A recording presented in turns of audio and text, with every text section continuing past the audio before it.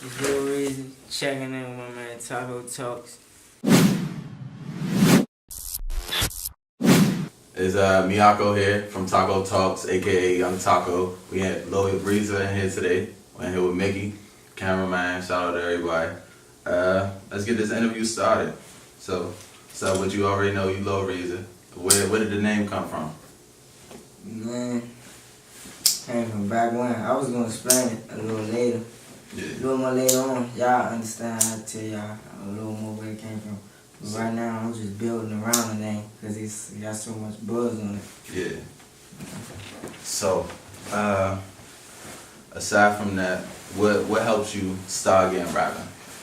Like, what was your inspiration that you wanted to start rapping, that you ain't want to do nothing else? Man, when I started playing for studio time, a nigga had called me. Well, I ain't gonna say a nigga. And my light show called me to put me in the studio. Mm-hmm. I think that was some good people that I'm still with today. But the thing I said, man, fuck it, what made me want to do this shit, when I got in the real studio, that shit kept me off the streets.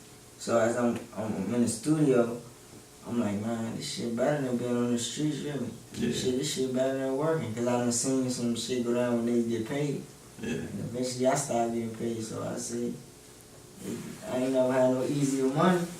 And I'm good, and that's what I love to do, you feel me? Yeah. So fuck that shit. So it's what you love to do and you're sticking with it. So that's your advice to like young teenagers, they should find something they like and stick with it. Stick with it. Like, don't just do it because somebody else doing it. Do the shit because you want to do it and push your all into that shit. Mm-hmm. You can't halfway do nothing because you going to get the results that you get is what you put in. Yeah. If you put in halfway results, if you put in halfway work, you're going to get halfway results. But if you go hard, you're going to see the shit that come with going hard. Yeah. Success and shit. So there ain't no halfway to just go out here and you think you want to be in the studio, you want to be like Lil Riza, but you're not really good at it, you just trying to do it. Yeah, nah, it's no halfway. You go do it. And you don't be like me, you be whoever you are. Find something that you is and stick with it. Even if people don't rock with it at first. Yeah. People say what was said was my voice too light and they can't rock with it. But I get better. It might take a little long too. Shit, you gonna have this shit take time for real. You get better as you go.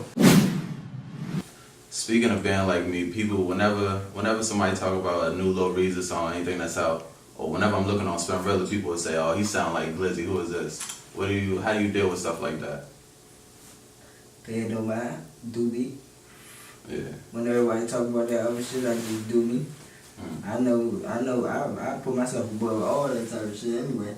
So, you know what I'm saying? Do me, shit don't affect me, and I don't got no effect from it. So you had a song and it was called Fuck Glizzy. Do you think that's like a beef that's still going on now? Because I saw it was on a mixtape from like 2 years ago. Is that still something that's going on, or is it just like when y'all was both first coming out, y'all sound the same? It is what it is. Ain't really nothing to even rap about on that. It is what it is. I'm still out here. I'm doing me. Mm-hmm. So speaking of other artists, is there anybody else that you like your favorite person to collab with? Like, who's people that you work with the most as far as artists? Work with myself. I work with myself, man. Trying to find this. Because I feel like even the big artists, I be feeling like I could get a verse from these dudes, I could do that, but none of that won't matter if I ain't at my best at myself. Yeah. Whereas though, if I do decide to get one of these big artists on the song, they happy to get a song because it's so good, you know what I'm saying? Yeah. Like, so I be trying to get better with that, you know what I'm saying, myself. Then I've been having my little men around me, coming up with little hooks and, you know what I'm saying, do a thing on that bar, you know what I'm saying? People come, you know what I'm saying, of my circle. We're trying to get our sound together so we have a set sound. Yeah. You know what I'm saying, for the other audience.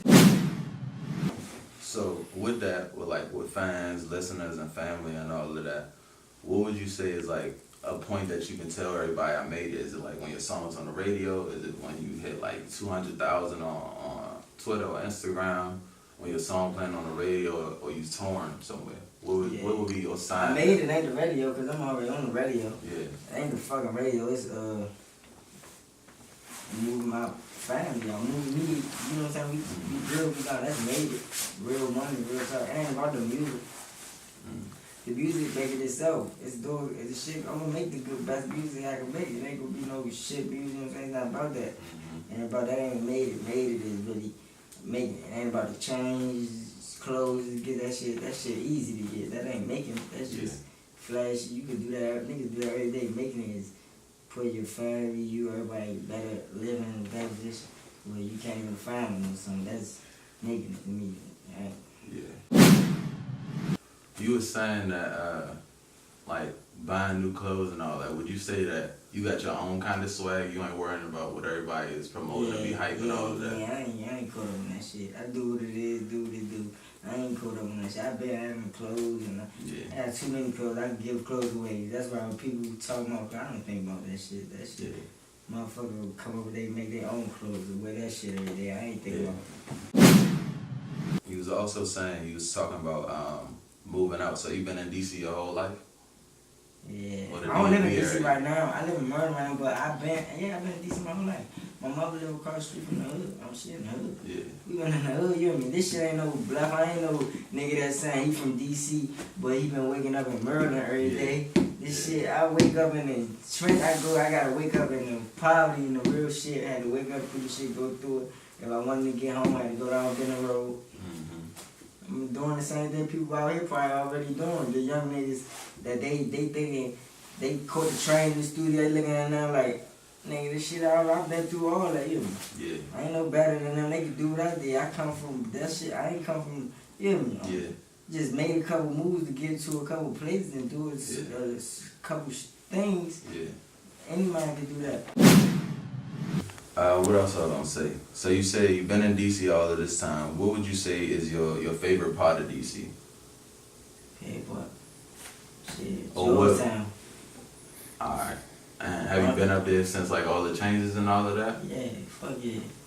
What was your favorite part of before all of the changes? And they had the energy store and shit. Yeah. And they had the energy store and the motherfucking they had the energy, they had the Adidas shop. They don't got that no more. Yeah, Adidas, that was my favorite spot. They don't got that shit, Slim. But I love where I'm from though, Slim. I ain't gonna lie to you. That's a good part of DC. But like when you live there your whole fucking life, you been around, you don't wanna be around that shit. Like it's more to that shit, you know what I mean? I got white friends I go out motherfucking Bethesda and live with, you feel me? And live good and have fun. And nigga ain't trying to wake up and been in Parker every day. I've been in my whole fucking life, you know? Shit, trying to see different. So, being here all of that time, I know definitely you heard a part of Go-Go. You was a part of all of that. Did you actually go to the Go-Go's when you was younger? Who was your favorite band? Shit, everybody's favorite band was TCB. Yeah. But, you know what I'm saying? It's bands that you fuck with, that you got niggas in that band, so I would go to motherfucking ABM practice, motherfucking shit like that, you feel me? Yeah. Cause, you know what I'm saying? Chilling at ABM practice and motherfucking TCB, that's just the top. That's just like, when you bring Go-Go, you gotta respect them. But not, like, I don't know about now, but I'm talking about back then. Yeah. I mean, now you got all of these DMV rappers and all of that, and just rappers in general, who they took over so much that Go-Go was like canceled out. Do you think that it could be a point where local artists go and collab with a Go-Go band? Because I know Wale, before he really blew up, he did the joint with TCB, and it was I was crazy. in the studio when they did that shit. Oh yeah. So is there any plans for that, like in the future, like before all of the bands go into like disappearing and all of that? Because you don't hear it's not a lot of Go-Go functions no more. Nah. It's more so concerts with local rappers and all of that. Shit, I ain't gonna lie. I ain't seen a local rapper pack a show like the Go-Go's did. Yeah. Is that something that you would consider doing? Yeah. Like say we could get some money, why not? I ain't, you know what I'm saying? That's what the whole goal is, to get some money. If two niggas to get some money together, why not?